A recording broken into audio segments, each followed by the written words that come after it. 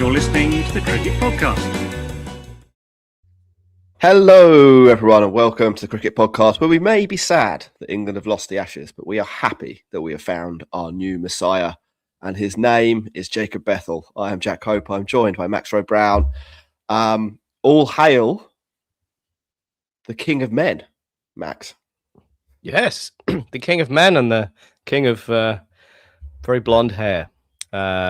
What? Yeah, I'm stunned. Honestly, stunned. It was amazing. We'll get to that. Yeah, and he's got a good accent as well. It's like a mix of accent. Yeah, it's a mix of sort of James Bond and Joffrey Archer. It's really underrated. Like I thought it was really West Country. There's a bit. Maybe there is a bit of West Country. Maybe he went to West Country school or something. Yeah, look, Jacob Bethell, he's good at cricket. We'll get to that in a bit. Before we do, a reminder to click like and subscribe wherever you listen to the Cricket Podcast. Blah blah blah blah blah. Leave a review. Leave a comment, say hello if you're in the YouTube live chat, etc., etc. 721 Spotify reviews now. We've left Shane Warne in our dust. Only 72 reviews. No, wait, that's bad maths. 79 reviews. 80 reviews, call it 80. And then we're all-time. We're the all-time wicket taker. Where do we go from there? It's over. Joe Root. I think we go for Tendulkar's international runs. Right. That's a the small obvious leap. next target. Yeah, small leap. Max, what happened in the cricket? What happened in the cricket? It was. I'm still trying to get my head around what happened in the cricket. It was quite strange. But the situation at the start of the day, as we know, was that England were out of it and trying to, save some face, I suppose. And the first bit of the day was all about ending the Australian innings as quickly as they could, and they did that quite well. They managed to get Steve Smith out without too much extra damage. Bo Webster finished unbeaten on 71 and batted nicely, but the rest was pretty much wrapped up in quick fashion. 567, the Aussies all out for, with Josh Tongue doing the doing the damage to get rid of Steve Smith. And that left Australia with a lead of 180 odd. And a lot for England to overhaul, but could have been worse. Turned things around. England obviously got off to the worst possible start, as is customary for this series, with Zach Crawley being pinned OW to Mitchell Starc, deciding that he was just going to leave a ball that was going to hit his stumps. By far not the worst dismissal of the innings, let alone the tour, as England somehow conspired to, despite the brilliance of Jacob Bethell notching up his maiden ton, unbeaten at the end of the day on 142, still managed to find a way of blowing a situation that they weren't in control of anyway. And I'm absolutely astounded. Ben Duckett did all right with 42. Harry Brook was a bit skittish, but made a 40 as well. But no one else passed 50. Around Jacob Bethell. No one really supported him, and there were a couple of absolutely horrendous dismissals thrown into the mix as well. Will Jacks and Jamie Smith looking at you. Ben Stokes gets a free pass because he couldn't really move, having injured himself bowling earlier in the day. The only surprising thing about that was that it lasted until the final bowling innings of the series before he fell apart, having bowled himself into the ground. And what it means, Jack, is that at the end of the day, England are ahead by 118 with 2 wickets in hand. But I can't help but feeling it actually could have been so much better, and that Jacob Bethell's outrageous century has been slightly wasted by England's incompetence, I suppose. So we'll get to day 5, and Australia will win, and England have managed to save a little bit of dignity. But I'm still annoyed because England managed to make you annoyed. It's a lot of cloud there. Yeah, a lot of cloud and not much silver lining. No, not much silver lining. I'd say. Let's start with Bethell, and then we'll talk about whether it actually could have been any better. Because I'm not sure I completely agree. No, I know there were some questionable shots in there. There was probably the worst DRS decision of the tour, I would say. Harry Brook clearly hit outside the line. Well, there is that. And then Snicker out for once actually showing well, Snicko, for once, actually providing evidence that someone clearly was or wasn't out, chose not to use it, and on that occasion. But I don't. I think this is sort of top end of expectations, to be honest. I don't think the century has been wasted. I think the century itself is the anomaly. So let's talk about that. Max, first class ton to do it at the SCG in an Ashes test. Not a bad way to announce yourself in Test cricket. No, it certainly is not. And the way he went about it, even more impressive, really. He looked absolutely mint. He looked like the player that everyone said Jacob Bethell was. So I guess fair enough. Well done, Rob Key and the gang got that one right. And all we'll get now for the rest of this rest of the winter is, what if Jacob Bethell was a 3 from the start? Maybe England would have won this series. Maybe that's true. But I have a theory about Jacob Bethell that I've been ruminating on, and this whole episode has, I think, completely crystallized it and proved it to me. And that theory is that Jacob Bethell is Ollie Pope's antimatter. I mean, that was just based on watching him in a few games where you see him at the crease and he looks unbelievably solid, compact, like really, just sure of himself and very confident, and then will just randomly get out. Whereas Ollie Pope, the exact opposite, never looks comfortable. Every now and then scores some runs, but just as he does start to look comfortable, will immediately get out. And now there's more to play into it. Ollie Pope always starts the series with a good score and then scores nothing for the rest of it. Jacob Bethell ending the series on a ton. Ollie Pope averages double what he does in the first innings compared to the second innings. Jacob Bethell averages 9 in the first innings, test matches, and about, I think, 78 as it stands now. So that's another one. And obviously he's left-handed and Ollie Pope's right-handed. But that's my Jacob Bethell theory. He is the exact opposite of Ollie Pope, and long may he continue at number 3 scoring centuries for England. That's my view. Okay. And I also huge props for the celebration where he just basically like lifted his head up, was like, "Yep, nice," and then got on with it again afterwards. No histrionics. Very calm. Yeah, no, he was calm and he batted in a pretty calm way. It looked extremely composed. I think there's a few things that were in his favour here. One, I think the pitch is still reasonably good. You could still get a century on the pitch. It's not a minefield, and you could probably do that tomorrow on day 5, which is why I think that there's very little chance that England will win. 2, he's playing against a slightly tired, probably Australian bowling lineup, particularly the main 2. And even Nita will have overs in his legs at this point, right? But particularly Boland and Stark. 1, they're quite old in sporting terms. 2, they have put in an immense amount of work. So there's probably a little bit, slightly little bit less zip, maybe. And when we've seen Bethell, to provide the sort of zoomed out view, I know we declared him the Messiah, but you do need to take the zoom out view as well. There's definitely a strong correlation between difficulty of conditions and lowness of average. With Bethell, I think it is absolutely fair to say that there are elements of his game that do need to be worked out when things are difficult, like how he plans on sticking around, how he plans on rotating the strike. I think is a big one. Rotating the strike, yeah, exactly. I think that's probably the biggest one. However, when you see things come into his favour, boy, does he look $1 million. He showed flashes of this in New Zealand in the tour. What was about this time last year? They get a couple of 90s, and he looked really, really good there. Obviously, the perfect fastball player, flat track bully. Yeah, well, yeah. Obviously, Pope got those runs against Zimbabwe, which bought him an extra 8 tests. So Bethell was sort of kit man for those.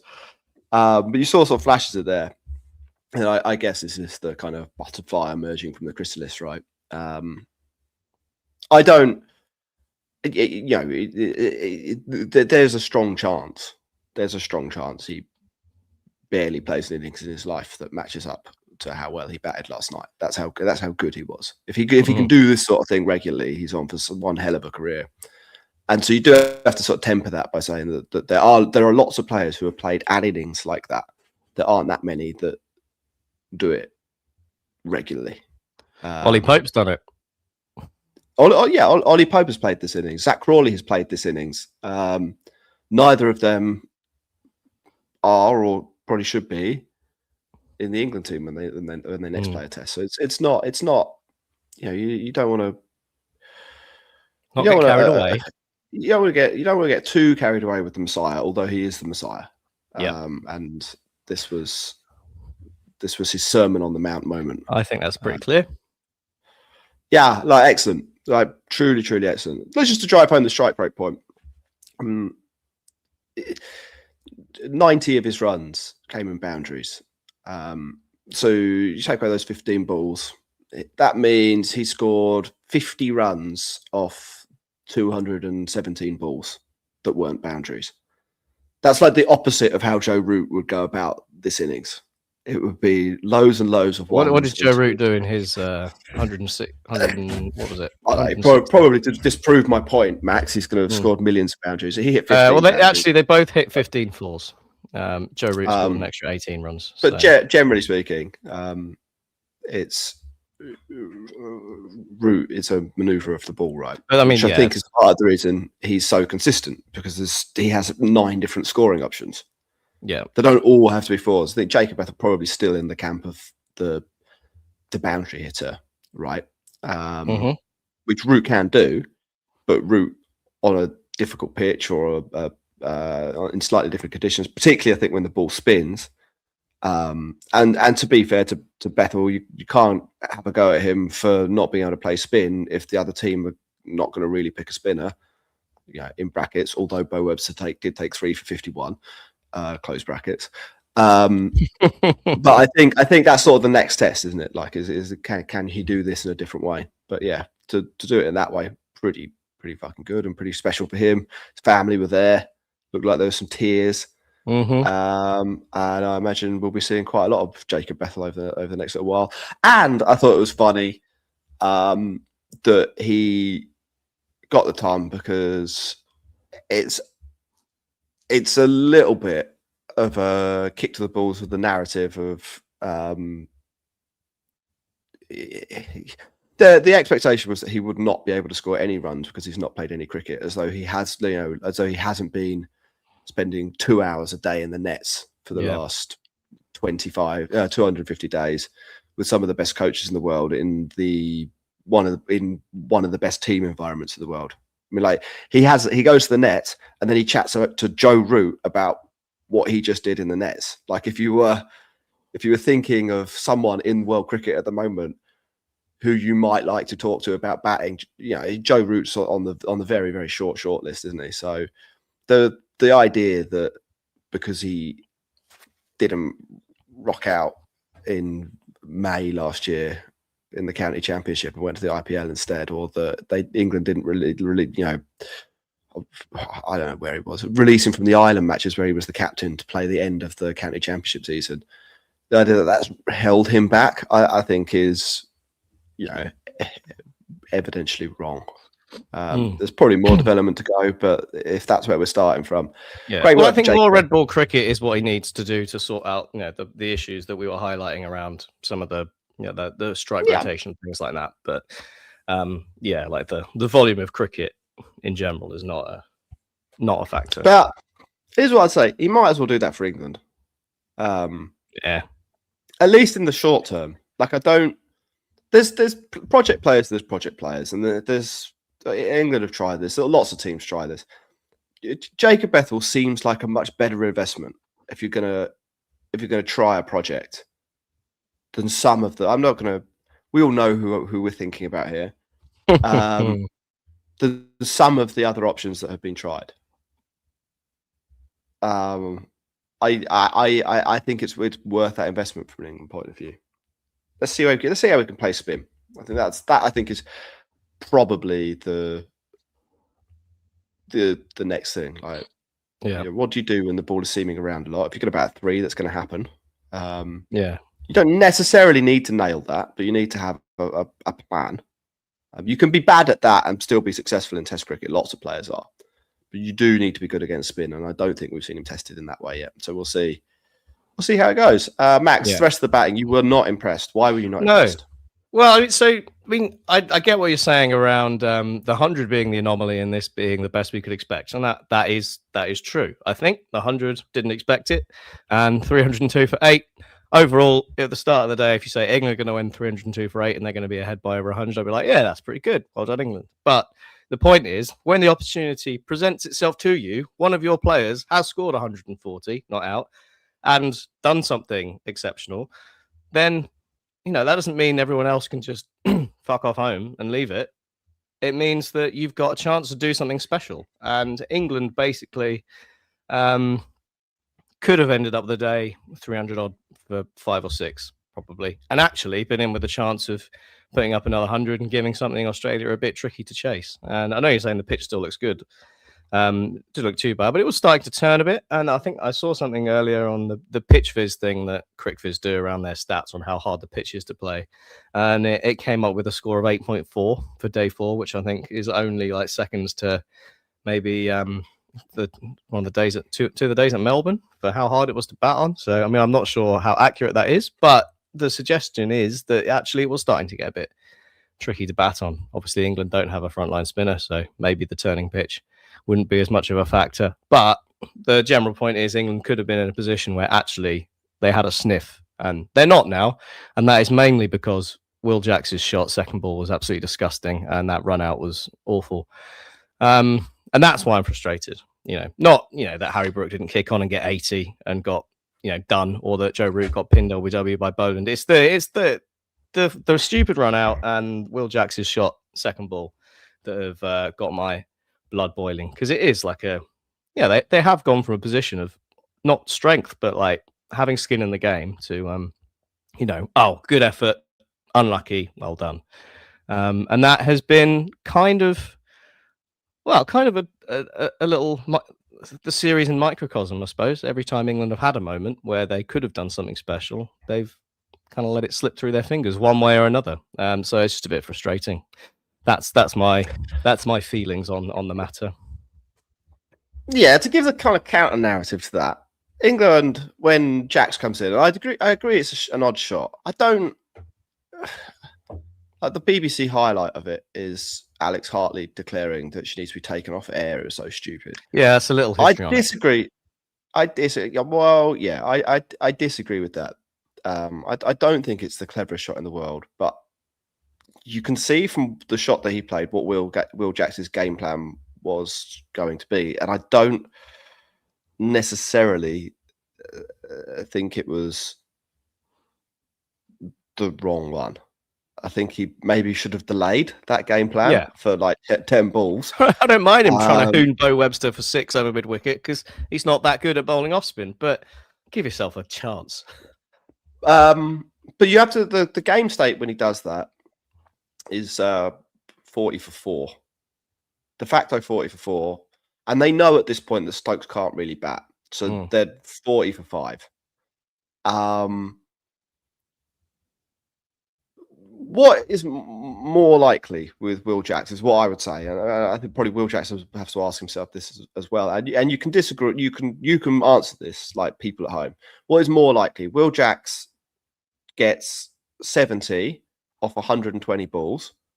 Will Jacks gets 70 off 55 balls, because that's the innings that England need. They need 70 runs from Will Jacks. What does Will Jacks have more experience doing? What is more likely to get the Australians to lose their minds? I think you have to factor all of these things in. I think probably there's very little difference in chances. To answer my own question, I think that if Will Jacks needs to get 70 runs, it's as good an idea to try and get them off 55 balls as 120 balls, knowing what we know about Will Jacks. Did he need to go second ball? You can clearly see in the history of cricket that trying to smack someone off your second ball is not the smartest thing to do in a test match. At least give yourself 10 or 11 balls. Your survivability likelihood does go up significantly after quite a small number of balls, 10 or 20 balls. Maybe delay those shots till then.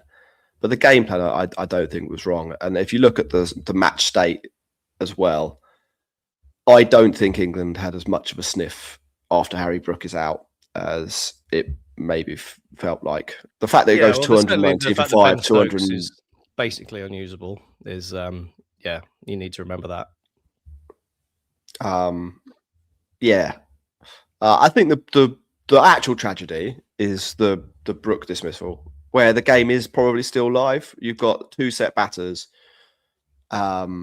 England's second best batter of the tour. I know, but everyone seems to think Harry Brook has had the worst tour in history. He's actually scored runs almost every single time he's batted. Yeah. Like, he hasn't got a ton, and that if the only measurement is of ability is whether someone gets a ton, then he has had a bad tour. But I think that's over 400 runs now for him for the series. It's probably been a bit of a Joe Root tour, isn't it? Scored quite a lot of runs, not got the century. Yeah, but early Joe Root. Now Joe Root is like not ton every 3 innings. Yeah, it's the ones that the Australians were saying was shit. Yeah, but I think him on 42, he's already scored runs on that pitch against this bowling attack. I think that's probably the point where I would say that the game's gone. I think at that point it is a little bit every man for himself. And if Will Jacks wants to bat like that, I'm not. I don't think it's the stupidest thing that's ever happened. I think it's quite stupid, but I can see why you would do it the way that he did it. The Jamie Smith run out, I think he's been run out by Jacob Bethell there. I agree. So yeah. Like I think there was clearly a run, and Jacob Bethell couldn't see where the ball went. So it was Jamie Smith's call. So maybe I'm afraid nobody trusts Jamie Smith. So that is frustrating. Possible. But even then, like if you want to look at where the match state is, depending on whether you include depending on whether England are 80 for 5 or 80 for 6, depending on whether Ben Stokes is counted as a full batter or not. The game was gone pretty much from ball 1. Yeah. I mean, it's not like thrown away a winning position. It's just there was. I don't even think they threw away 10% of a winning position. I would say. I think it was pretty thin. I think like a 200 odd chase on. At least could stand up with a 200 odd chase if Jacob Bethell does something even more magical. But I think it just been a nice little teaser to end the series with nice. But it's overall it doesn't really make a big deal, make a big difference. But I think it's just the same old stuff. I think that's the annoying thing.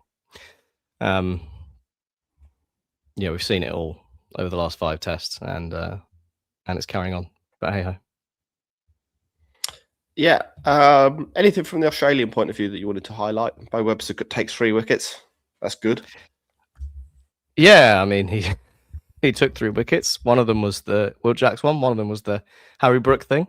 Have you seen a clip that kind of proves that it was a terrible decision? I've seen the still of the ball, but I'm not convinced by that because there is. If you look at the full replay, the bat does actually hit the pad at that time. So I've not seen. No, I've seen. I was watching it this morning.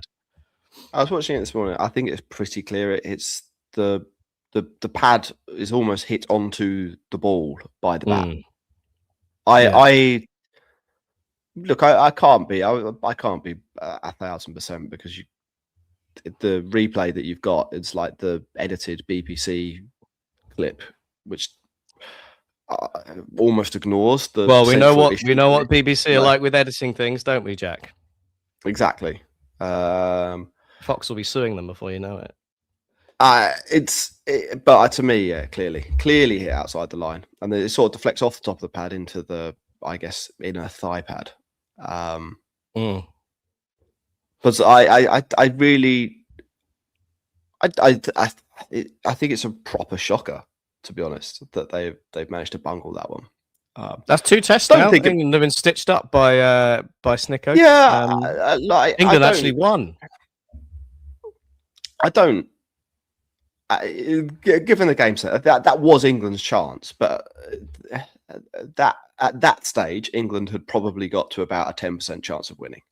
That's where that was the game state. Maybe you'd say 20% if you're really, really generous. But yeah, it's hardly these days. It's hardly it's hardly a complete robbery, but it is like basics of umpiring to check those things. And it's like the first innings with the catch I was talking about, I can't remember what day it was, yesterday or the day before. The what's his name? Nisa catch. Nisa, yeah. So I think actually the umpire didn't know how the technology worked himself and didn't really know what replays he needed to check. And I think that probably applies here. And there's been a thing. I never really understood this. But there's been a thing, mainly from Australian journalists actually, arguing that there should be like a professional cadre of third umpires that don't do on-field umpiring, but are very, very good with the technology and understand all of the things. And I never really understood that. I was like, no, it's all so obvious. But then I realised I'm watching cricket in England mostly. The matches I see in Australia, often I'm only watching a session here and there. And how often do DRS reviews come up? Like it's just not something that's been on my radar. After watching this series and the number of times it's come up, I can see why that argument persists, because the technology in Australia is fucking awful compared to the alternative obviously is you just don't have shit technology. Well, yeah, this is what I'm saying. Like you don't need the problem exists because the technology is so bad, and I can see why people are arguing that you need better users of the technology. But actually, as you say, you could just use Ultra Edge, and it would, I would imagine, show pretty clearly that it's smacked off the inside of his pad 6 inches outside the line before going on to the to be LBW. It doesn't matter. Like it's not. Like I will stress this. I don't think it makes any difference at all. Really, we could go down the way of VAR and have 5 different umpires in the room, all voting. In a hut. Yep. Yeah. Somewhere in Alice Springs. Why not? Yeah. What were you saying? Yeah, your original question was about the Australian bowlers, wasn't it? Bo Webster took 3 wickets, bowling his off spin. That was quite funny. Maybe they should have picked Todd Murphy because let's face it, Bo Webster did quite well with the bat, but yeah, the extra overs from, I don't know, him or Cameron Green bowling seam, probably not necessary. Marnus Labuschagne bowled seam up nonsense again. That was when the run out happened. So that's upsetting. But Boland was the man of the day for me with the ball. Relentless. Just his usual Bolandy self. Stuck it in a spot. Didn't move from it all day. And metronomic Scott Boland. And once again proved to be a question that England couldn't answer.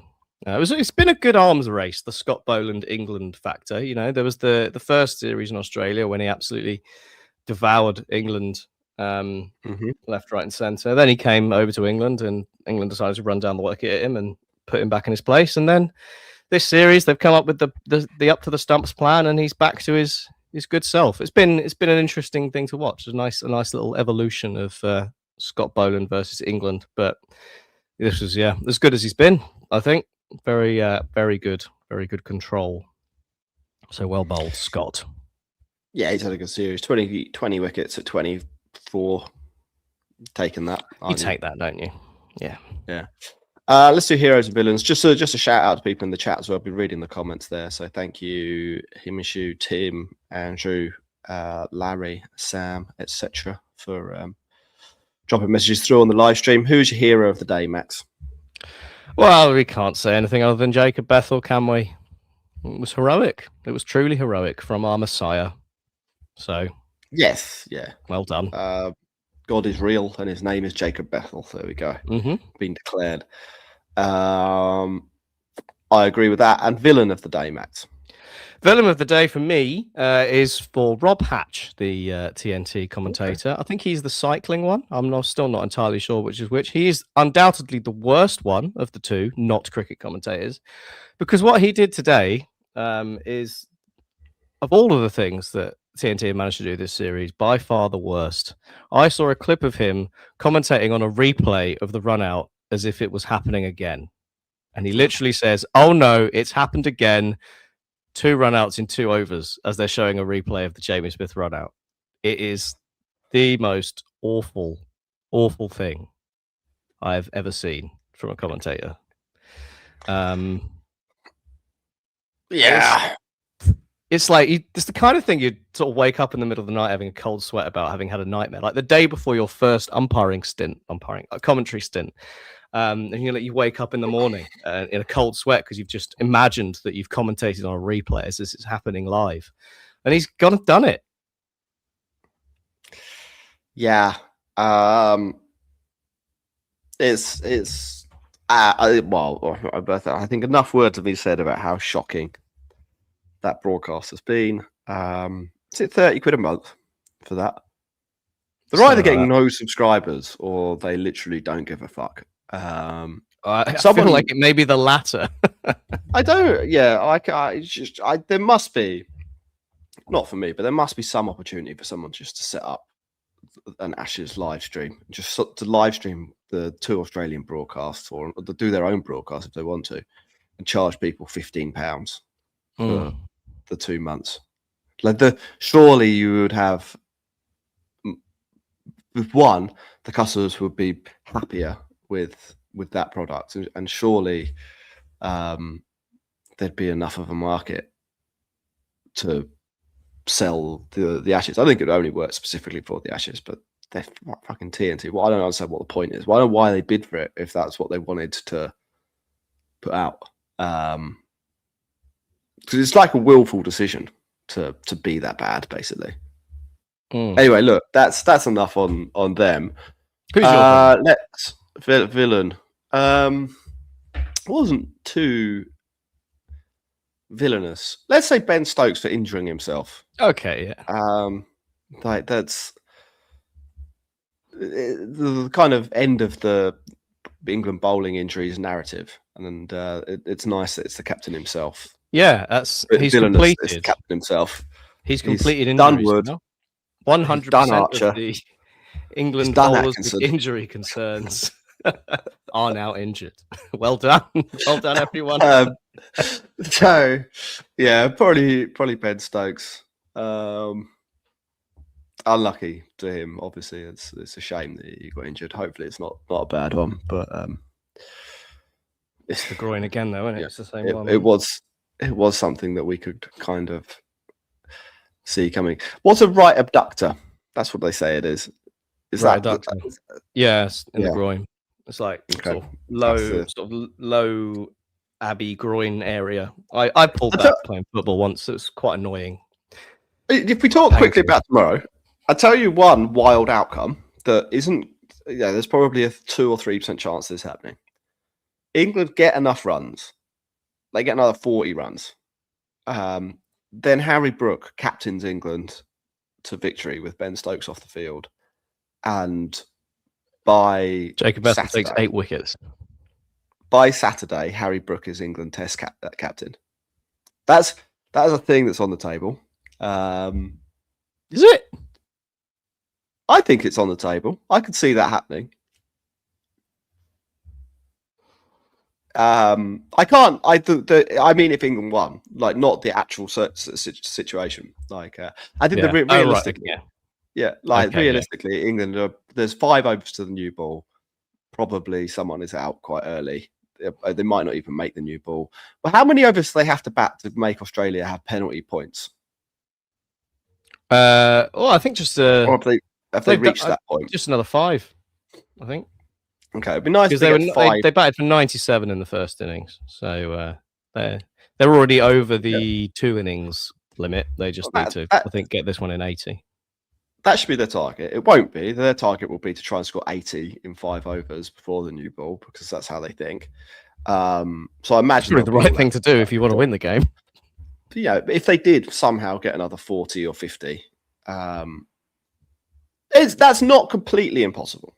That isn't completely impossible. It's very, I think it's quite unlikely. But Bethell's batting well. Well, this is it. This is why I'm slightly frustrated by the fact that England have, Potts has a first-class average of 20. Like, he's probably a little bit worse than Michael Neser. So, sort of serviceable with the bat. Tongue can't really bat. Tongue's crap, but if they did that, and then somehow Harry Brook managed to inspire. He decides that Bryden Cast isn't going to open the bowling. Yeah. Unfortunately, there's no other Potts and Tongue open the bowling, take 5 wickets each, 40 all out, best win ever. Exactly. Then I think Stokes will retire or resign as the captain, and Brook will be the captain by Saturday. I think what actually will happen is that England are all out for 310 and lose by lunch. Anyway, look, Max, we're done.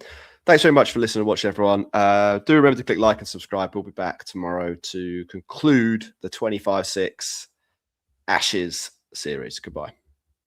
Goodbye.